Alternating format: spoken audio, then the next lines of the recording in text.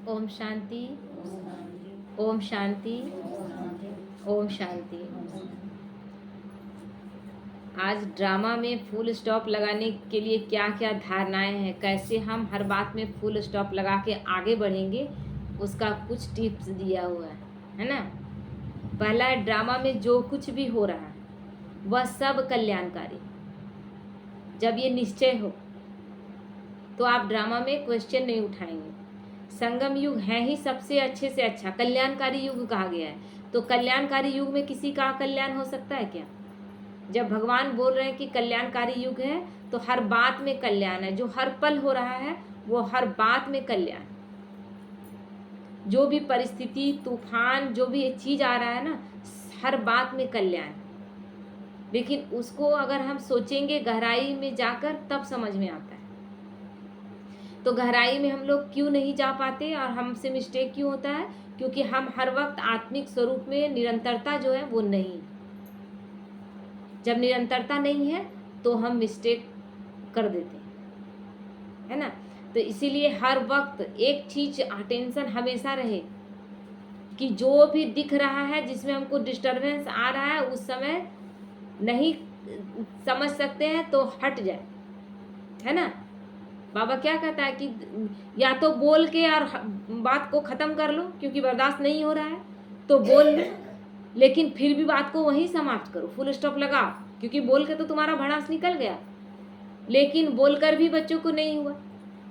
अब बोलने के बाद भी संकल्प चला रहे हैं तो वो तो क्या करेगा? वो तो मेरा और कमी बढ़ाएगा ना, और मेरा घाटा होगा। इसीलिए जो भी हो रहा है उस चीज को जब एक्सेप्ट करने लगते हैं, तो एक्सेप्ट करने के दौरान बड़ी बड़ी बातों को हम एक्सेप्ट कर लेते हैं, छोटी छोटी बातों में फंस जाते हैं। क्यों? क्योंकि जब जो है ना, जैसे अभी कुश्ती का देख रहे हैं ना, एक जो खिलाड़ी है जिसको हटा दिया गया, विनेश फोगाट को हटा दिया गया। आप लोग न्यूज़ में पढ़े होंगे या देखे होंगे, टीवी में भी पूरा वायरल हो रहा है। केवल 100 ग्राम वजन बढ़ गया, उसके लिए डिस्क्वालीफाई हो गई। 100 ग्राम वजन। उसके एक दिन पहले वो विश्व की नंबर 1 खिलाड़ी को हराई है, और फाइनल में जब करने जाती है तो पता चलता है कि आपका 100 ग्राम वजन बढ़ा हुआ है, इसलिए आप नहीं आ सकते इसमें, है ना। तो हमारे साथ क्या होता है, हम भी बॉक्सिंग रिंग में है ना, बॉक्सिंग रिंग में हम बड़ा बड़ा चीज़ों को ध्यान दे रहे थे, अपने ऊपर बहुत बड़ी बड़ी बातों पर ध्यान देते कि कैसे बड़े बड़े पंच जो आएंगे हमको छूने के लिए, उससे हमको कैसे बचना है।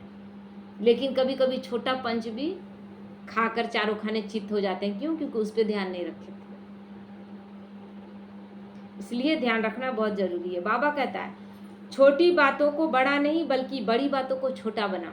दूसरा है छोटी बातों को तो समाप्त ही कर देना है, और बड़ी बात को भी छोटी बनाने। बाबा बोलता है बड़ी बात को भी छोटी बना दो। छोटी बात को तो लगे कि है ही नहीं, है ना। हम क्या करते हैं, छोटी बातों को इतना लंबा खींच देते हैं कि कई दिन खिंचा जाता है। लेकिन बाबा कहता है अभी तुम्हारा पुरुषार्थी का समय है, इसीलिए अभी ठीक है कि तुमसे नहीं सहन हो रहा है तो बोल दो, लेकिन बात खत्म करो। उसके बाद फिर संकल्प नहीं चला, क्योंकि बाबा नहीं चाहता कि मेरे बच्चे फालतू के संकल्पों में अपना टाइम वेस्ट करके अपना शक्ति नष्ट करें, क्योंकि उससे तो कोई फायदा है नहीं। बनी बनाई बन रही है, ये जो पिक्चर है ना, ये बनी बनाई बन रही है, बना बनाया हुआ ड्रामा है। इसमें हम कोई 1 सेकंड का फेरबदल नहीं कर सकते। तो जो कुछ हो रहा है उसे हमें एक्सेप्ट करना है, जो कुछ हो रहा है। तो इसलिए बाबा कहता है नथिंग न्यू की स्मृति में रहो कि पहले भी तो हुआ है, कल्प पहले भी यही हुआ था और इस सब में वही हो रहा है, और फिर हर कल्प में यही होगा। तो फिर टेंशन क्यों ले? दूसरों का चौथा बात है, दूसरों को ना देखो। सबका अपना अपना पार्ट है, हमें दूसरे को नहीं देखना है दूसरा क्या कर रहा है, क्योंकि दूसरा अपना भाग्य लिख रहा है ना। हम एक साथ आएंगे क्या? एक ही परिवार में हम कितने 8 7 8 लोग रहते हैं लगभग, है ना। कहीं 4 परिवार हैं, कहीं 8 परिवार है, जैसा अपना थी। लेकिन सबका अलग अलग जर्नी है कि नहीं? सब अलग अलग टाइम पे आए हैं, अकेले आए हैं और सब अकेले चले जाएंगे। कोई साथ में जाएगा क्या? नहीं, बहुत प्यार है तो साथ में चले जाए, ऐसा होता है क्या? तब भी आप साथ में नहीं जाते हैं। जब दोनों हाथ पकड़ के और नदी में कूद जाए तो भी आप साथ नहीं जा रहे। ये कॉन्सेप्ट है ही नहीं।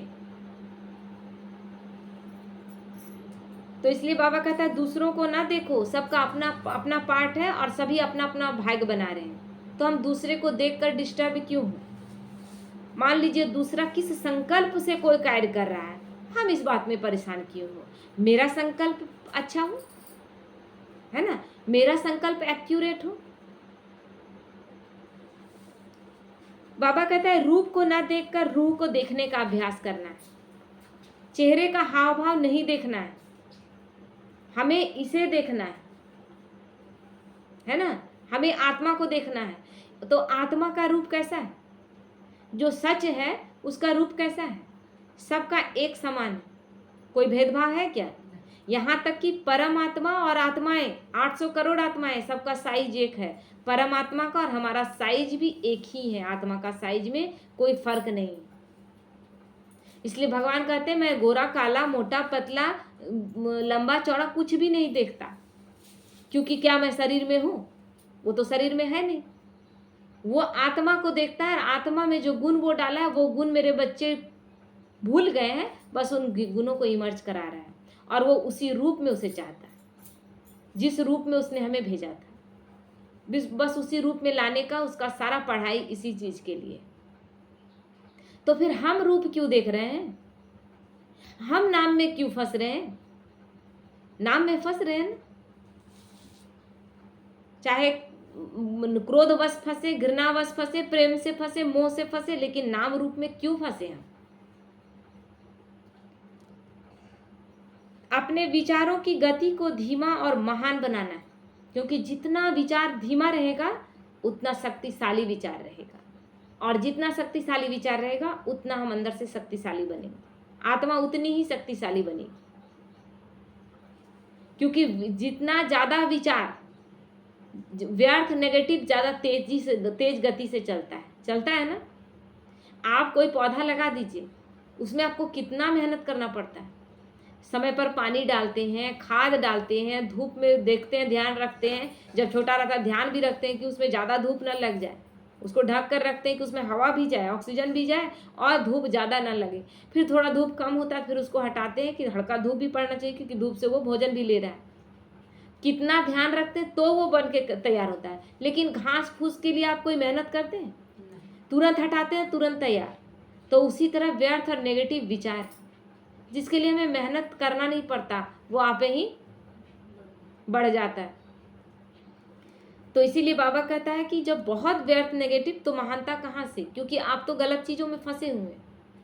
जितना पॉजिटिव थिंकिंग, जितना अपने आप को श्रेष्ठ और अपने आप को सुधारने का प्रयास, उतना ही हम महान बनते जाते हैं। आत्मिक स्थिति में रहने व आत्मिक दृष्टि बढ़ाने का अभ्यास करना है। एक तो स्वयं को आत्मा देखना है और दूसरे को भी आत्मा ही देखना है।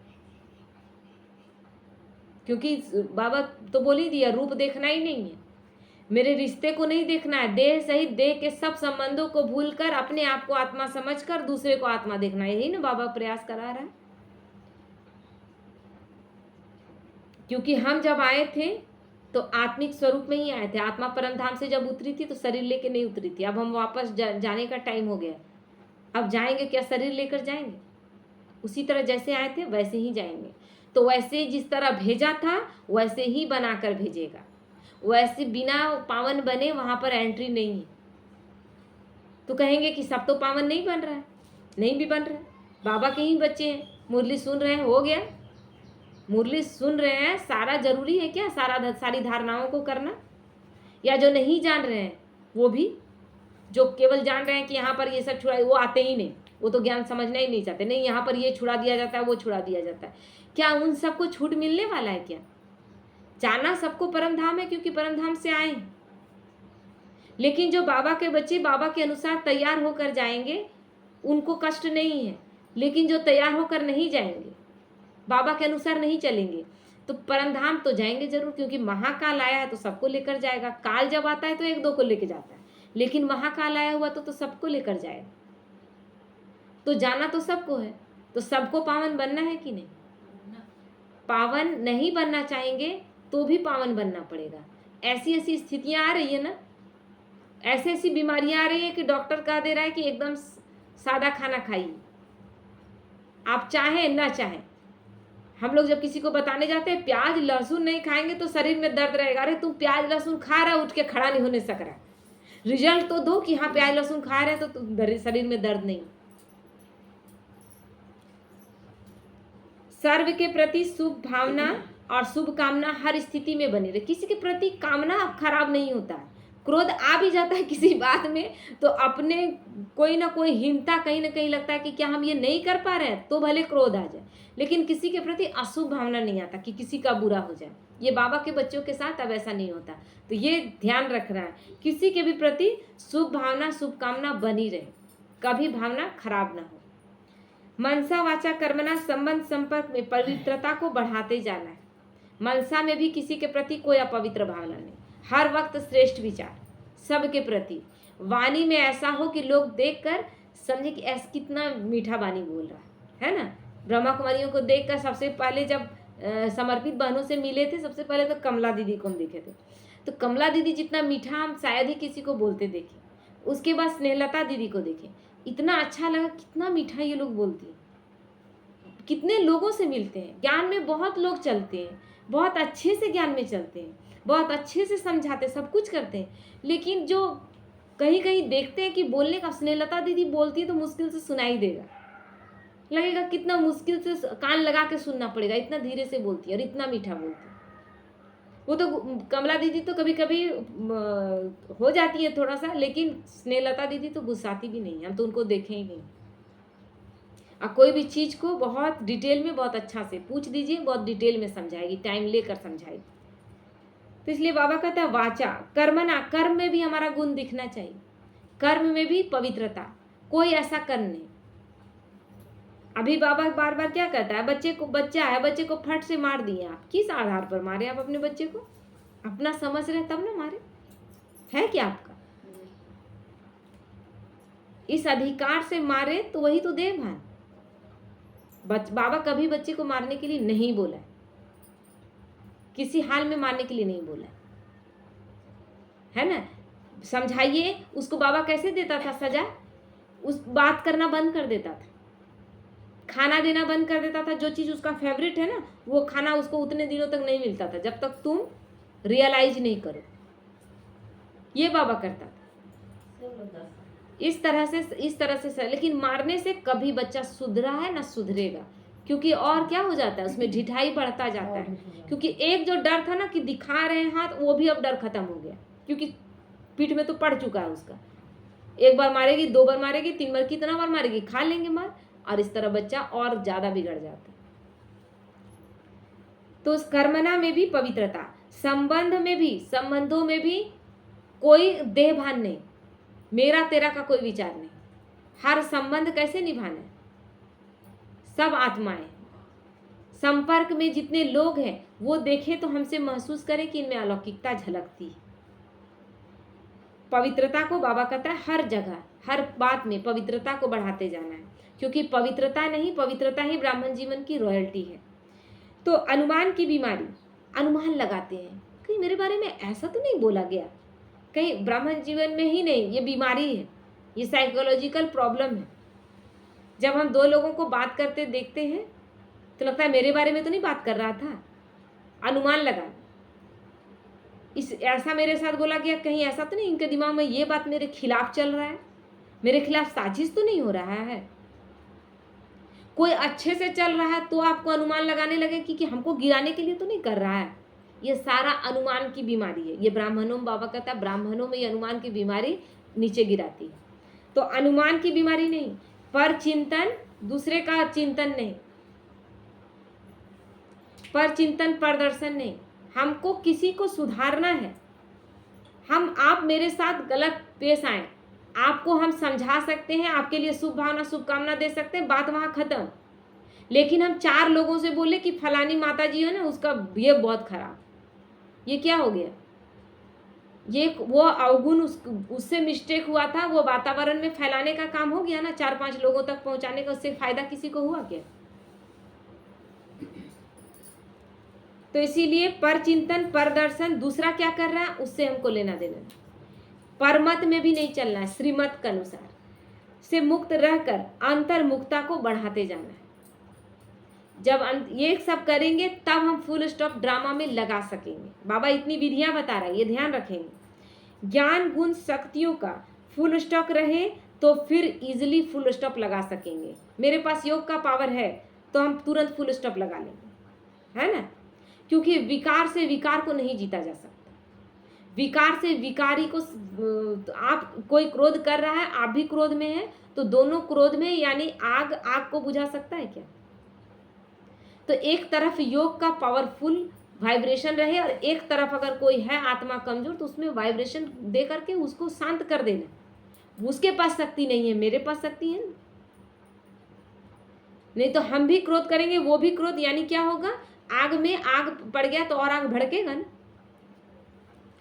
तो इसीलिए बाबा कहता है बाबा को साथ में रखकर अपने सारे बोल बाबा को दे दो, सारे बोझ बाबा को दे दो और बाबा को यूज करो। कोई भी बोझ जो आपको समझ में नहीं आ रहा है ना, वो सब बाबा को बोल देना, बाबा हम मेरे समझ में नहीं आ रहा, लेकिन हम करना अच्छा चाहते हैं। हमारा क्या रहता है बाबा से, हम बाबा से ऐसा बोलेंगे कि बाबा वो आत्मा मेरा बहुत हमको तकलीफ दे रही है, उसका बुरा कर दो, ये बोलेंगे क्या? हम बाबा से क्या कहते हैं, बाबा हम नहीं समझ पा रहे हैं, बाबा हम इन परिस्थितियों में थोड़ा सा हैंडल नहीं कर पा रहे हैं, तुम आओ और मेरे द्वारा तुम संभाल लो। लेकिन बाबा मुझे जीतना है, किससे किससे जीतना है? अपनी कमी कमजोरियों को हरा कर हमें जीतना है, किसी और से हमें नहीं जीतना है। किसी और से यहाँ जीतने का जरूरत नहीं है। कोई पार्टिकुलर कोई ब्राह्मण आत्मा से मेरी लड़ाई चल ही नहीं रही है। ये कुरुक्षेत्र ऐसा है जहाँ हमारा खुद का लड़ाई खुद से, हम अपने अंदर के विकारों से, जो 63 जन्म से हम अधीनता में थे, वो उनसे हम लड़ रहे हैं। एकांत में बैठकर अपने आप से व बाबा से बातें करते करते स्वयं में आत्मबल भरना है।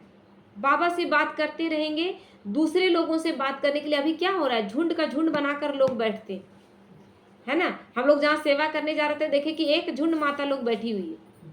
कब से बैठी हुई थी कुछ भी पता नहीं, बस बैठी हुई है, बात कर रही है। जैसे हम लोग पहुंचते हैं, ज्ञान देना शुरू करते हैं, बैठ जाते हैं सुने, 2 मिनट में सब कहती है, किसी को रोटी बनाना है, किसी को चूल्हा जलाना है, किसी को कुछ काम करना है। बोले अभी इससे पहले आप लोग कितने देर से फालतू बात में चर्चा कर रहे थे, और जब भगवान का ज्ञान सुनने के लिए जैसे ही हम लोग स्टार्ट किए देना, वैसे ही सबको याद आने लगा काम। सोचिए कि कितनी तमो प्रधानता है, इंटरेस्ट ही नहीं है। आत्मा इतनी कमजोर हो चुकी है ना कि इंटरेस्ट उन सब बातों में। कितने सारे आप मोबाइल में देखिए कि कितने सारे ऐसे वीडियोज आते हैं जिसको देखने से मन में शक्ति भर जाता है, लेकिन लोग देख क्या रहे हैं, ऐसी ऐसी सीरियल देख रहे हैं जिसमें केवल साजिश ही साजिश। कैसे किसको क्या जवाब देना है, देवरानी जेठानी को कैसे जवाब देती है, सास को कैसे जवाब देती है, सास बहू को कैसे करती है, ये हमारे जीवन में आ गया, हावी हो गया सीरियल से और पिक्चरों से।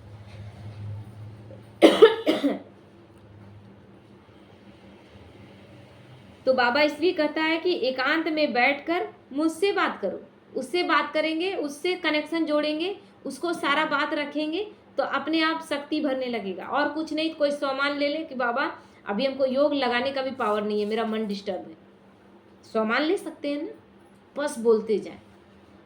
पहले तो रटने जैसा लगेगा, लेकिन रटते रटते फिर अंदर मन स्वीकार, क्योंकि रटते रटते ही ना स्वीकार किया था मन, तो फिर रटते रटते स्वीकार कर लेगा अच्छी चीजों को।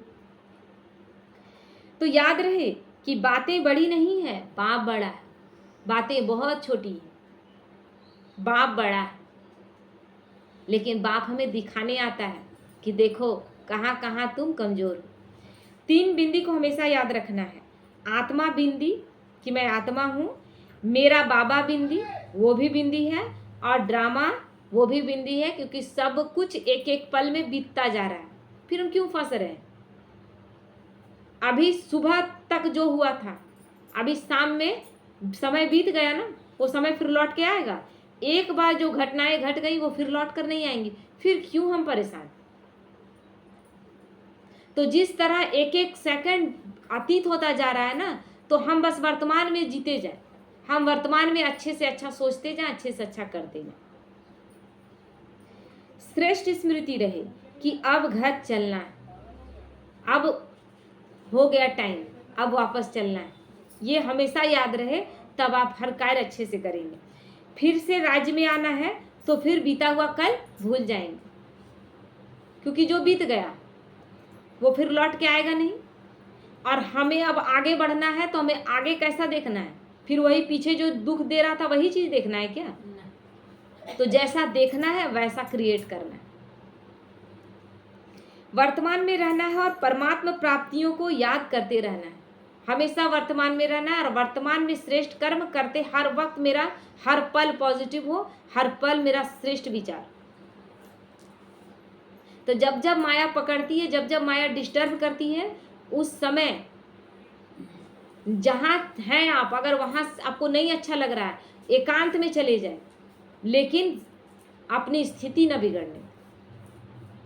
मेरी स्थिति न लोग बिगाड़ सकेंगे, हिम्मत नहीं किसी का कि लोग बिगाड़ दे, और ना कोई बिगाड़, हम अपनी स्थिति को स्वयं बिगाड़ते। किसी में औकात नहीं कि हमारी स्थिति को कोई बिगाड़े। हम अपनी स्थिति स्वयं बिगाड़ने के जिम्मेदार। उस समय केवल जब भी बात आता है, उस समय केवल बात को याद करने से सारे प्रॉब्लम सॉल्व हो जाते हैं। तो बाबा इसलिए कहता है कि वर्तमान में रहो। हम पास्ट में बीते कल में चले जाते हैं, फिर भविष्य का सोचने लगते हैं कि ऐसा ये आदमी किया, अब कल लोग मेरे बारे में क्या सोचेंगे, भविष्य का सोचने लगे, तो इसीलिए फंस जाते हैं। तो बाबा कहते हैं कि मैं महान आत्मा हूँ, मैं मास्टर सर्वशक्तिमान हूँ, मैं मन का मालिक हूँ, सदा इसी नशे में रहना। सम्मान ले ले, मैं अपने मन का मालिक मैं हूँ, मन मेरा मालिक नहीं है, क्योंकि मन डिस्टर्ब करेगा, नहीं तुम्हारे खिलाफ हो रहा है, यहाँ तुमको एक्शन लेना पड़ेगा। बार बार मन टॉर्चर कर रहा है, उस समय मन को पकड़ना है। तो मन को कब पकड़ नहीं सकेंगे? बाबा कह दिया ना, योग का पावर अगर कम है तो नहीं पकड़ पाते। तो इसीलिए बाबा कहता है मैं विश्व की स्टेज पर पाठ बजा रहा हूँ, सारे विश्व की आत्माएं मुझे देख रही हैं, हर पल हम स्टेज में, विश्व के स्टेज में है। जब स्टेज में परफॉर्मेंस करते हैं लोग, तो कैसा रहता है उनका स्थिति कि मेरा एक भी सीन अगर गलत हुआ, नहीं होता है ढंग से, जो रोल नहीं कर पाते, वो पिक्चरें करोड़ों रुपये में बनती है लेकिन फ्लॉप हो जाती है ना, क्योंकि रोल ढंग से नहीं निभाए गए। तो इसीलिए बाबा कहता है हर वक्त देखना कि मुझे आत्माएं देख रही हैं, विश्व की सारी आत्माओं की नज़र मेरे ऊपर है, हम कैसा पाठ अदा कर रहे हैं। आवश्यकता से अधिक इच्छाओं का त्याग करना है, मतलब समझ रहे हैं? जितना आवश्यकता है उतना ही यूज करना है, उससे अधिक का त्याग। मेरे पास अगर 5 साड़ी है ना, हम कहीं भी शादी ब्याह में लौकिक रिश्ता निभाने के लिए जाएंगे, वो चीज़ मेरे पास है, सब कुछ मेरे पास सुविधा अनुसार सब कुछ है, उसके बाद भी हम कोई चीज़ का डिमांड रख रहे हैं कि नहीं अच्छा मार्केट में साड़ी आया है, या आपके घर में सारा सुख सुविधाओं वाला सामान है, लेकिन नहीं उसके घर में ऐसा देखे थे, ये मेरे घर में होना चाहिए। ये आवश्यकता से अधिक जो चाहते हैं, यही इच्छा है, और इच्छा में अच्छा नहीं बनने देते। तो उन सब इच्छाओं का त्याग करना है। कितने कम में लोग जी सकते हैं, ये बाबा दिखाता है। आपके जीवन में पैसा आना कम हो जाएगा, तब आपको समझ में आएगा कि तब भी तो हम जी रहे हैं ना। और तब भगवान इसलिए सिखाता है कि देखो कितने कम में भी लोग जी सकते हैं, बहुत कम में। इसलिए बाबा कहता है ना, 2 रोटी और दाल, इसके अलावा क्या चाहिए पेट भरने के लिए? इससे ज़्यादा कुछ चाहिए क्या? तो लोग पहले जीने के लिए खाते थे, अब खाने के लिए जीते हैं। अब उल्टा हो गया, हम दाल रोटी खा रहे हैं, मज़ा नहीं आ रहा है, थोड़ा सा और कुछ वैरायटी, पनीर हो जाता। जो ब्राह्मण आत्माएं भी हैं, जो नॉनवेज नहीं खा सकती हैं, वो भी अपना वैरायटी को बढ़ा रही हैं। बाबा को साक्षी बनकर साक्षीपन की स्थिति में रहना है, बाबा को साक्षी बनाकर और साक्षीपन की स्थिति। बाबा देख रहा है और मैं भी साक्षी दृष्टा बन के देख रही हूँ, जो हो रहा है उसमें मुझे हलचल में नहीं आना, अचल अडोल अवस्था रखना है, क्योंकि माया हलचल में लाती है और फिर आपको नीचे गिराती है। फिर आप माफ़ी भी मांगते हैं तो भी क्या है, आप तो गिरे ना, माफ़ी हम कब मांगते हैं? माफ़ी कब मांगते हैं? जब हमसे गलती हुआ तब तो माफ़ी मांगते हैं। तो गलती होने का मतलब क्या है? माफ़ी का मतलब झुकना। तो माया ने क्या किया? झुकाया ना आपको। माया के अधीन हुए तो माया झुका दी। माया के अधीन नहीं होते तो माया को ताकत नहीं थी झुकाने की। इसलिए माया जो खेल खेल रही है, उस हर पल हमारे साथ खेल खेल रही है, हर एक पल। केवल समझना है कि कैसे वो खेल खेल रही है, कितना महीनता से खेल रही है। तो अटेंशन हमें रखना, अपने मन को समझाना है कि परमात्मा से अतीन्द्रिय सुख का अनुभव अभी नहीं किया तो कब करेंगे? इंद्रियों से परे का सुख अभी नहीं किए तो फिर कभी नहीं करें, क्योंकि यही समय है। तो मन को समझा देना है कि मन तुम्हारे अनुसार बहुत चले और तुम तो केवल दुख दिए, फिर तुम्हारे अनुसार हम क्यों चले?